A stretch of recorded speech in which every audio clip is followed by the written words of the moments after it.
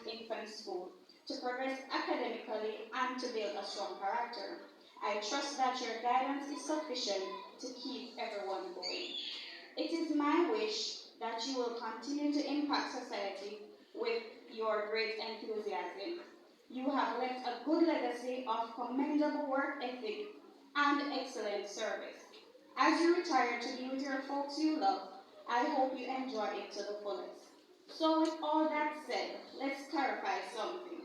It is you who is retiring from your job and not the relationship that you have with all the people present this afternoon.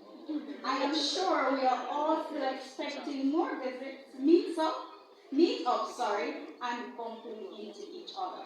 Please remember that a leader will always be a leader even in retirement.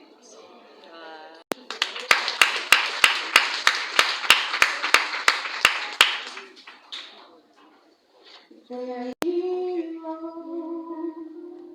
If you look inside your heart, you don't have to be afraid of what you are. There's an answer if you reach into your soul, and the sorrow that you know will melt away.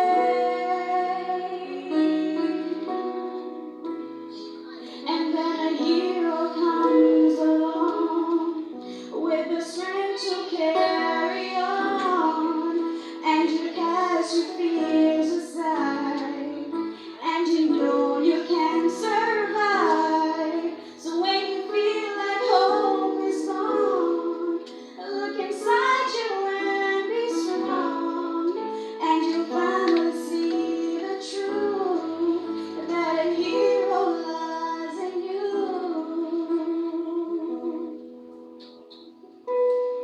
And then a hero comes along with the strength to carry on, and you cast your fears aside, and you know you can survive.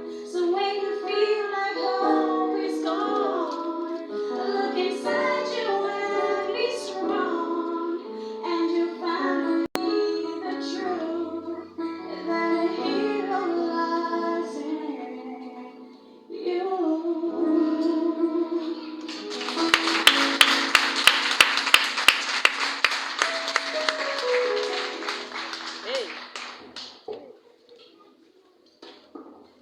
Thank you very much, Miss Johnson. The reminder, I hear. So the state trooper stopped him and said, "Come out of the truck. Take all the documents for the truck to me."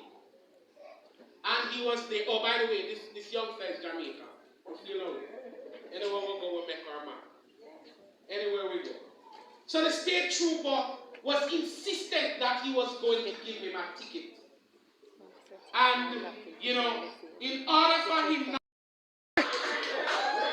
Oh my God.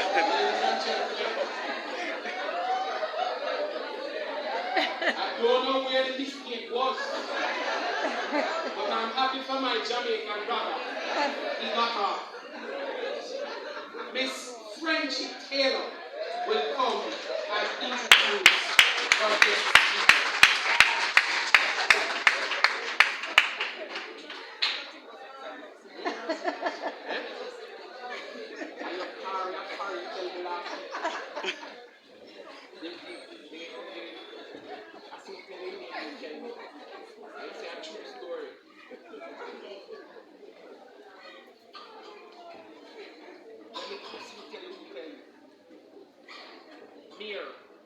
Good evening, ladies and gentlemen.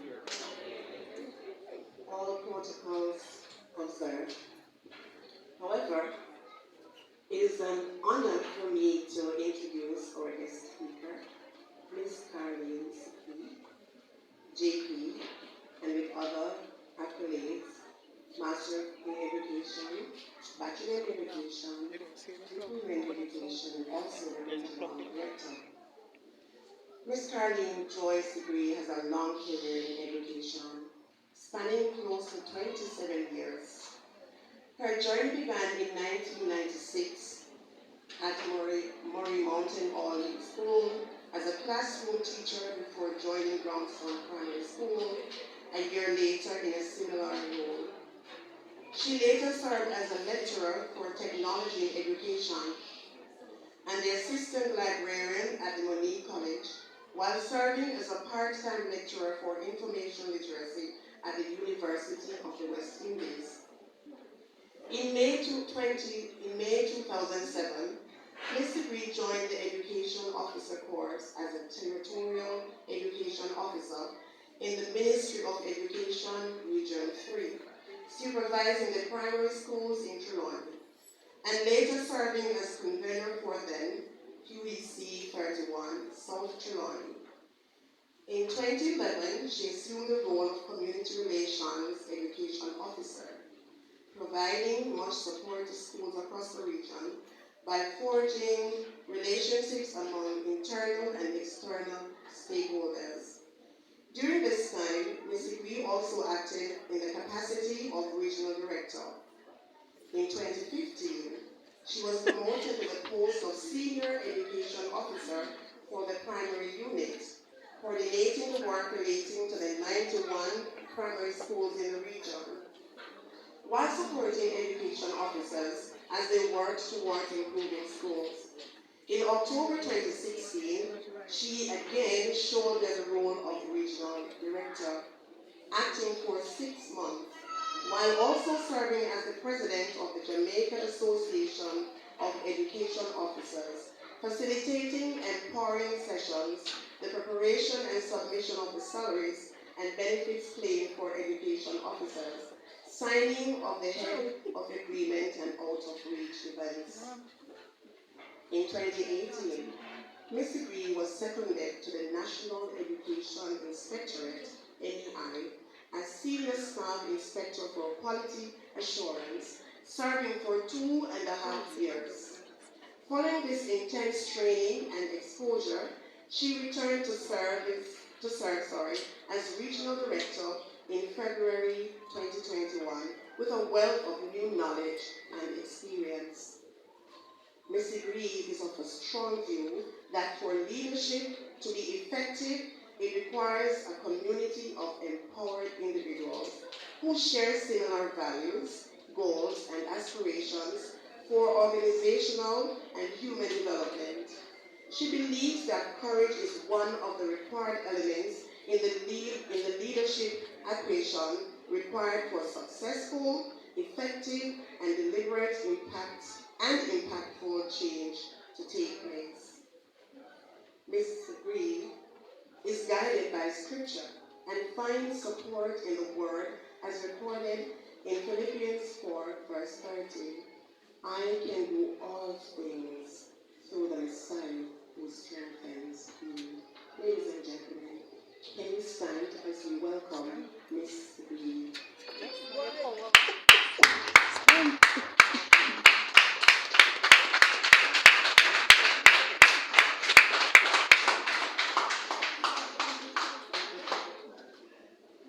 Thank you so much, Mrs.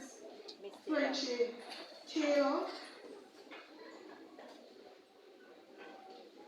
Thank you for the kind introduction. And let me greet Lady Barrett, who is online. And like you, Mr. Russell, I'm also used to calling her Anne, because that's why her dear sister Maxine calls her. So I had to go back to the lecture that I was sent, because I couldn't remember the name Audrey. I was only writing Anne, but I said, but that's the pet name. So, Mr. Russell, we are in the same boat, sir. The decor is beautiful.